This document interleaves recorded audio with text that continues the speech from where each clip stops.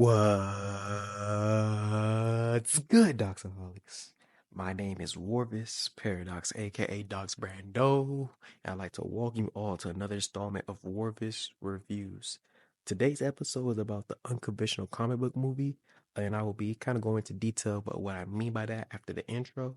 Now, my DOXAHOLICS, we do still have our goal for 500 subscribers before the end of the year, so I really do need y'all to help me accomplish this goal. So, share the link of your favorite video everywhere, just to help more people find my type of content, and I hope they enjoy. And if you're a real doxaholic, you should already have that notification bell hit so you don't miss when videos drop. Also follow me on IG at DocsBrandell25 to stay up to date. Now, with all that being said, let's get into it. Now, you may be wondering what I mean by unconventional, and I mean unconventional in the sense of maybe the character is flawed, an outcast, someone that's misunderstood in the world around them, that kind of looks like a bad guy but means very well, or the actions he takes or not the conventional sense, not what he's supposed to do. He's not going by like golden boy type of heroes type of ordeal, or it's the setting of the film that's different.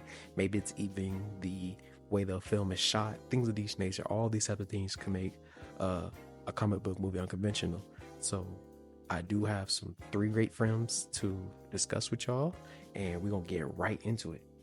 Now, the first film I want to talk about is 1990's The Crow, directed by Alec Proyas. This film right here was very special. I think it's one of the best unconventional comic book movies I've ever seen. The film is a revenge tale, and that's already something that our usual comic book heroes are not supposed to be about. But I think it's very justified in the character's decision. So the character, our main character, is Eric Draven, and he's unfortunately killed on Devil's Night. Devil's Night being the night before Halloween in Detroit. And he is not just like killed, he is like brutalated, shot at, and thrown out of his through the window of his like apartment, while his soon-to-be wife is sexually assaulted and mutilated and dies in surgery. So a year later, he's able to come back through the magic of this crow, which is actually a raven, but that's neither here nor there. This crow brings him back to life, and he starts seeking out the people who killed them, and he's going crazy at each and every single one of them. And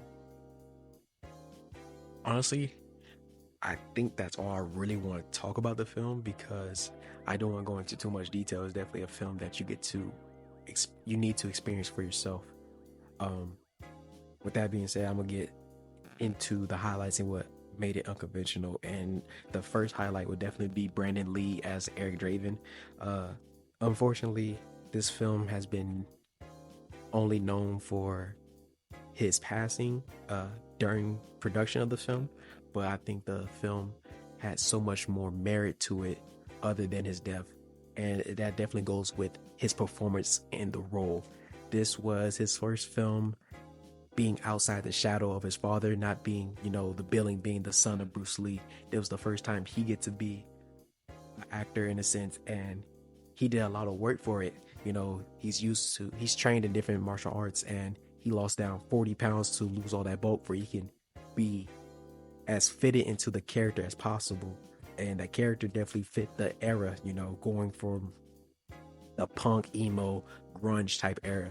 And that's what makes this film will also be a highlight, is that this film encapsulates this small era. It's like a little time capsule. And that goes along with the soundtrack. The soundtrack is a lot of the future bands that would become big names before they became big names. So it was very on the nose with the use of these songs. And that also goes with the setting of it. This is supposed to be Detroit, but it feels even darker and grimier in the setting. And what I liked about it was the practical effects they used. Like, there's multiple scenes of seeing the crow fly around the city, and the crow is actually digital, actually CGI, but the setting, they use a lot of miniatures to get like their own grand scale. And I thought that was a great movie trick, as well as there's this car chase scene that goes on, and you wouldn't notice if unless you're paying very close attention, but they're using miniature car like toy cars in this chase scene. You like really get a lot of great angles and whatnot, and a lot of it is just phenomenal work in this film, as well as some great explosions in this film. With gore in it as well. It's not too much, but I feel like one of the final death scenes of a villain. Ooh, chef's kiss. That was phenomenal to see and very gruesome. The cinematography in this film was great as well. It definitely looked dirty. Like the filter, everything just doesn't look right. Like it looks like a very depressing film.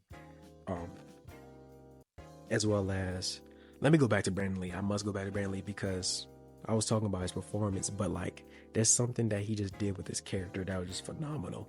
Um, and that goes along with the fight choreography. You know, not too much of the things he's done previously, but I definitely think everything he did was meaningful, and the character work he did was great. Um, yeah, with that being said, going into another great thing about this film, that it had a lot of influence on pop culture. Number one being, if you're a wrestling fan like me, you know that Sting literally took this character, like the whole design of this character, and brought it to WCW and was walking around with the white face paint, white and black face paint, with the trench coat, everything. Um, I saw a side to side comparison that could lead me to believe that Heath Ledger's Joker was also influenced by The Crow. I'm just picturing a scene where um, Brandon Lee as Eric Draven enters the room full of bad guys, and he's kind of just like mocking them, but he's only here for one thing. Um, and how Heath Ledger came into the room with all the mobsters who are kind of just like secluded away, trying to hide for Batman, for they can have this meeting. Um, as well as different movie references as well. There's a lot of things that this movie did to enlighten the world, and I think the way it's shot, everything from top to bottom needs to be respected. With that being said, I'm rating this film 4 stars. Little nicks that I have to dock just because of, you know, unfortunate passing. So there's some things they could have done a tad bit better with the film, but overall I think it's still very it's just great. It's just a great film. I definitely enjoyed it. I was locked in the whole time. So again, 4 stars, highly recommend. Check it out for yourself. Now, the next film I want to talk about is 2000's Unbreakable, directed by M. Night Shyamalan. And this film is truly phenomenal. This film is this is one of M. Night Shyamalan's best movies, and plenty of people won't debate me on this. Like, it's pretty easy to say. Now, the film is about our main character, David Dunn, played by Bruce Willis, as he's going on this journey of discovery. And this discovery starts when he is the only survivor of a horrific train wreck. The only survivor. And not a broken bone or anything. He is unscathed. He is, title sake, unbreakable. And it's his journey on trying to figure out whether or not he actually could be a superhero. And he's done this alongside his young son, who believes he's a superhero. You know, what kid wouldn't want to think that their dad, who they already think is their hero, is actually a superhero, somebody that could save others. As well as he's going through when he meets the character named Elijah Price, and he's someone that's like a huge comic historian, and he has this theory that believes that there are heroes, and comic books are kind of just over exaggeration of actual historical events that deal with people with superhero power, like with superpowers. So maybe it's the flying, maybe it's, you know, the laser, stuff like that, but there's definitely heroes amongst us. And he's also kind of egging David on to continue his journey of discovery, trying to figure out what his powers is, and things of that nature. And that's all I really wanted to say about the film. This is definitely one of those films where you have to see it for yourself. It's truly great, and I'm going to go into a little bit why um, in the highlights. And the first highlight I gotta say is Bruce Willis as David Dunn. I think that David's already kind of a flawed character, and which makes it unconventional because the first thing we see of him, uh, he's on the train and he takes off his wedding ring before he can flirt. So it's like already he's just like kind of like he's kind of a scumbag, and you don't want to like him. But he's going through his journey and he's kind of stoic. He's still shaken up. He has moments of like being a genuine human, even though he's unscathed. Going through that horrific event would leave you with a bit of trauma in a sense. And I think Bruce Willis played the character to perfection. The next highlight would be Samuel L. Jackson as Elijah Price. I think he's a great foil character, and he brought a lot to this character that I don't think anyone else could, and he just knocked it out of the park. And you will see why I say that within watching the film. How can I not give Shyamalan a highlight in itself? This film doesn't have no real comic book origins or anything, but M. Night did such a great job of putting the feel of what a comic book is into this film. There's many shots in this film that look like they can just be like panels from a comic book, like frame by frame. And there's even moments where there's side characters talking to David, for example, and the focus is on him, and we don't even see them talking to each other. You just see the back of the person's head, because technically that person doesn't really matter in the sense of the grand scheme of the comic, the film. So I think that was masterfully done, and that goes along with the cinematography in this film. There's a lot of blues and greens, and there's just certain elements in the film that make it just look beautiful. I think the pacing of the film was phenomenal as well. I think it's even kill. It doesn't really, there's no super highs or super lows. I think the rises and just continues to rise. And I think once it hits this pinnacle, that's where it kind of just like drops, but it doesn't like drop altogether. It's just like, it's kind of just like you just have to see the film. I don't even want, almost said something. But another highlight would be Charlene Woodard as Mrs. Price. Miss Price. This is the character who plays Elijah's mother. And what I liked about her role in the film is you find in the film we find out Elijah, like the first opening of the film, we find out Elijah is born with a rare disease where like his bones are brittle. Like anything like with like sudden force or things like that could break a bone.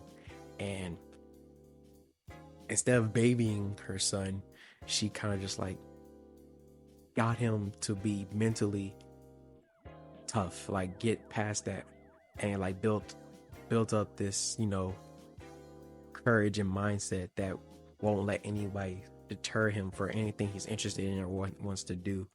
And that kind of push his motivations in a way, and she kind of is a catalyst to who he is and what that leads into in the film. And I think she played a great, powerful mother, so I think that must be respected and highlighted. With all that being said, I'm giving this film 5 stars. It was definitely amazing the first time I watched it, and it just definitely made me want to come back and talk about it. It's a film I wish I could discuss more, but it feels like not a lot of people know about this film, or like they kind of forgot about it. But this is definitely a gem and a diamond in M. Night's catalog, so definitely check it out if you haven't already, and I'd love to talk about it further in the comments.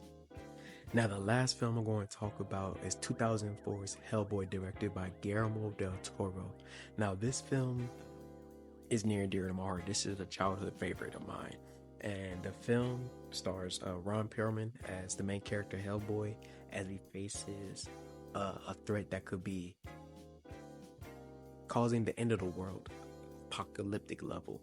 And the film is just it's just great because we see the origin story of Hellboy. So it traces back to like 1944, and his soon-to-be foster father, Professor Broom, is going along with these the American allies, and they're trying to stop the villain Rasputin from bringing some interdimensional demons known as the Seven Gods to Earth to help the Nazis to victory. So as this is going on, there's some chaos happens, and the machine used to summon the seven gods gets destroyed, and Rasputin is sucked through the portal. Then Dr. Broom goes, the portal's been open for too long, something may have came out, and this is where he finds a baby Hellboy who's kind of just like running around and trying to avoid capture or even death, because they begin to, some of them, the soldiers shoot at him, and Professor Broom is able to kind of entice the baby to jump into his arm by feeding him some candy. And from that point on, he took him on as his son. And the whole point of Hellboy is they've created this special division, and this federal division that only hunts paranormal entities, so monsters, things like that. This is their own division that goes through that, for the normal world doesn't have to worry about it. And this leads to our like a minor character that's prominent in John Myers being recruited to kind of be the right hand man of Hellboy, just to make sure he's straight, don't have to worry about anything, things of that nature. And he's kind of like the figure for the audience. He's learning about this world just like we do, and he's going through these first time experience, seeing things no normal person has ever seen before. So that leads to different character introductions and the horrific monster that is wreaking havoc that Hellboy has to face. And that's all I want to say about the film. I know it's a bit of an older film, but if you haven't seen Hellboy from 2004, definitely think you should watch it for yourself. Don't let that crud from 2019 fool you. What Del Toro made is way different than what that terrible human bastard did over there. We don't gotta worry about that. We don't worry about the good stuff, and I get to talk more about that in highlights. So the first highlight being Del Toro. Now, Del Toro is so known for his love of all things fantasy, monster, creatures, all things of that nature. You know, he just has a true love and passion for it, and it's very much prominent in his films, and it's definitely highlighted here. Hellboy is a very unique type of comic book, so to bring it to the big screen and to handle it with care, with having, you know, great set designs that really encapsulate what the world is looking like, to bring in great special effects and makeup artists to help bring these characters to life, all things of that nature. So I have to highlight and thank Del Toro for this, because without him, I don't know if I would have loved this film as much as I do still to this day. The next highlight will be Ron Perlman as Hellboy. He brings a lot to this character. He brings the stoicness, the stubbornness. He brings, comedic timing and a lot of great action sequences, and the fortitude to handle all the makeup and prosthetic that takes being that character. But he handled it with grace and knocked this role out of the park, and this is my Hellboy. Like, I shout out to old dude from Stranger Things, but he's not Hellboy. Just can't be. Ron Perlman forever be my Hellboy. The next person I will highlight is Selma Blair as Liz Sherman. Liz is a character that has her own flaws that she's facing, and she's trying to overcome that feeling like a monster. But she looks very normal, like a normal human being, but she's a pyrokinetic, and she has moments where she blacks out and literally could just like take out damn near a whole city block. But her character was definitely important to the story, so gotta give that a highlight. Doug Jones as Abe Sapien uh, did great character work. He's actually speaking as Abe, that is voiced by David Hyde Pierce. So the two of them come together and perfect the character of Abe, and the design of Abe is already interesting, but David's voice lends this, you can tell he just cares, sometimes he seems like out of place with his thinking, but he definitely means well, and I just love his character. The next thing I want to highlight is our villain, played by Carl Roden. I'm talking about Gregory Rasputin. He just has this eeriness to him, this voice to him that feels very twisted, but like soothing to others. I feel like he will be, what he was doing was probably like how like Charles Manson was able to like fool those people into his cult. So definitely very terrifying and creepy, and all those things of that nature. So he did a great job in this film. Another highlight would be the makeup in this film. Like, oh my god, it was spectacular, especially for Hellboy, done by Jake Garber, as well as the makeup for Abe Sapien. I must applaud them for that, and the makeup and costume design for Carl Repchek Corin. The character was just eerie, disgusting, and just brutal, but like he looked really cool. Like he just looked top notch. The last thing I want to highlight is the score composed by Marco Beltrami. Um, Everything about the score matched or exceeded the level of the characters, designs, the settings, everything. It took it to another level, and I must, in particular, really champion the main title score. This is for when the title card rolls out. It's just very triumphant, grimy. It feels like exactly how Ron Perlman Hellboy is. And what is very unconventional about the film is the characters, the setting, and the themes that are going on within the film. We're talking about a hero that wants to be a part of normal society, but because of how he looks, he can't. So he's this constant struggle that he has, as well as the different characters. Each of them wants to help society, help humanity, but if humanity saw them, how would they react? Would they try to just, bring out the pitchforks, or, would they shake his hand? Would they accept him? And I think that plays a factor, as well as the whole world building of this film is very unique. So that's why I truly believe that it's unconventional. With all that being said, I'm giving this film 4.5 stars. I think it's still excellent. Maybe it's nostalgia, but I don't know. I feel like the more I watch this film, the more things I was paying attention to that I didn't really pay attention to when I was younger. So I'm gonna stick to it. 4.5 stars. If you haven't seen this film, smack yourself in the face and go watch this film right now. Now, I decided to review these films because I think a lot of people in the 2020s are suffering from superhero movie fatigue, but it's not because they're superhero films. It's because these films are not trying to be films. They're just trying to be cash grabs based off of these characters. And what these three films did was very unique in the sense they are striving for something else. And I think if we were to get more films like these in this era, I believe more people will be able to gravitate, and it'll spark more ideas and more loves for this genre. So don't let anyone fool you.